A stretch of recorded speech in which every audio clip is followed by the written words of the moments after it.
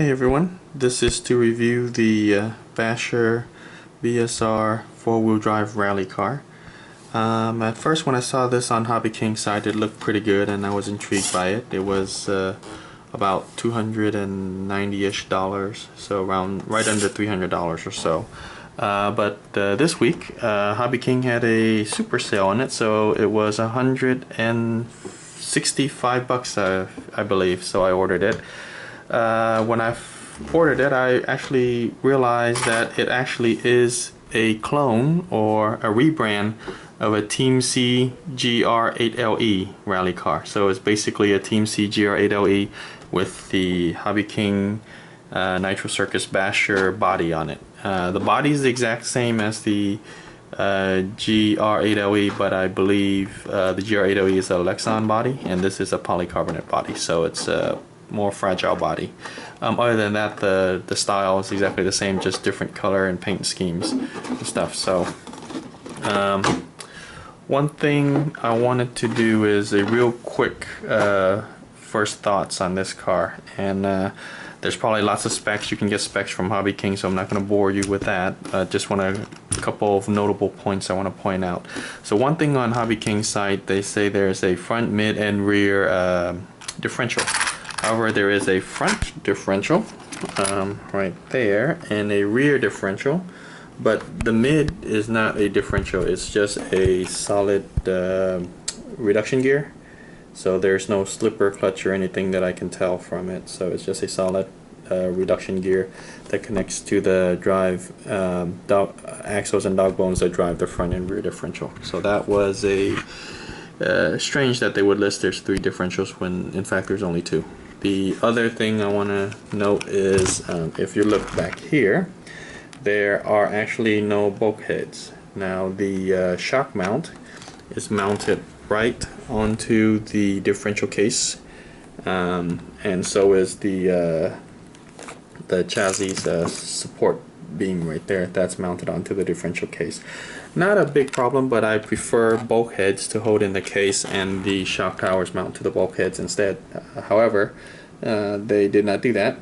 They have the shock towers and the supports mounted to the differential case. That is the same for the rear, as you can see, and also the front. So there's no bulkheads in the front either. So that I thought was interesting. Again, this is the exact same thing on the Team C GR8LE, so it's pretty much the exact same thing there. Now the other thing that I notice here is that these shocks are metal, but they're not threaded. As pointed out in the Hobby King site, they're not threaded, but they're actually longer than the springs are. So as you can see, the shocks can extend way beyond what the springs can provide support for. So they come with these clips, shock tensioners. They have a bunch more in the bag that comes with the car, so you can add on to it. I would have liked the springs to be a bit longer, just a preference. No big deal there though. So the chassis is metal on the bottom, as you can see. Metal shock towers, metal drivetrain. So the drivetrain is full metal, except the reduction gear, I believe, is a hard plastic, which is fine because you don't really want metal on metal anyway. So that's pretty much my initial thoughts. Oh, a couple more things I want to point out. The A-arm holders, in the front of the rear is a metal A-arm holder. In the back, though, is a plastic A-arm holder.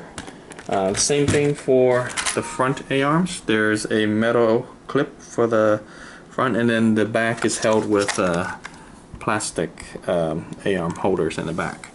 The first thing that I do is I went to the parts and bought the upgraded metal A-arm holders. I run my cars really rough. I usually go full speed and I drive like I'm drunk, so I usually go full speed into a street sign or a tree or something, and the first thing to break in all of my cars are the A-arms, the front A-arms, and the A-arm holders. So first thing I did when I purchased this car was go on to their parts site and purchase a bunch of extra front A-arms and the A-arm, the optional metal A-arm holders for front and rear. That way I know I'm going to break them and I have the parts ready when I do break them. So other than that, the car looks real nice. Haven't had a chance to really drive it yet. I haven't gone through all the nuts and bolts to make sure they're all tight. Given this is a RTR, which most people think means ready to run, but it actually means ready to reassemble. Going through making sure all the screws are tight and everything on there. So like I said, the only thing I wish they added was a center diff, an actual center diff. Plastic A-arm holders are not to my liking. I prefer them to have included the metal ones, but for the price it's not bad. And also I wish the shock springs were a little bit longer. But other than that, this seems to be a pretty nice car, and I'll find out more once I run it. So thanks for watching.